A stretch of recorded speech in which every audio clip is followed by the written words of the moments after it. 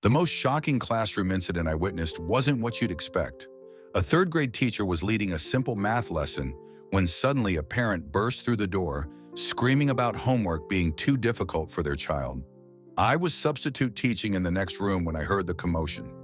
This parent had somehow gotten past the front office and was now towering over Mrs. Johnson, pointing fingers and using language that made the kids shrink back in their seats. The trigger? Their child had cried the night before over multiplication tables.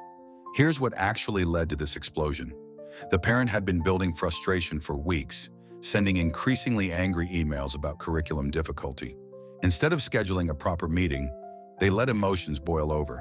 The child had been telling stories at home about being singled out, which wasn't true but created this perfect storm of misunderstanding. Mrs. Johnson handled it like a pro. She calmly asked the children to line up for an early recess while keeping her voice steady with the parent. But I could see her hands shaking. The kids were confused and scared, whispering to each other about why the grown-up was so mad at their teacher.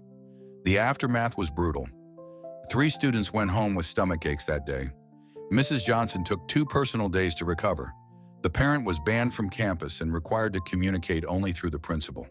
But here's the real kicker. Their child became withdrawn and started acting out, clearly embarrassed by their parents' behavior. The lesson here is massive. Your child is always watching how you handle conflict.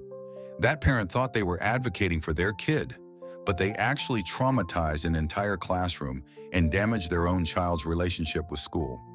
Communication and respect aren't just nice ideas. They're essential for creating safe learning environments where kids can actually focus on growing instead of managing adult drama.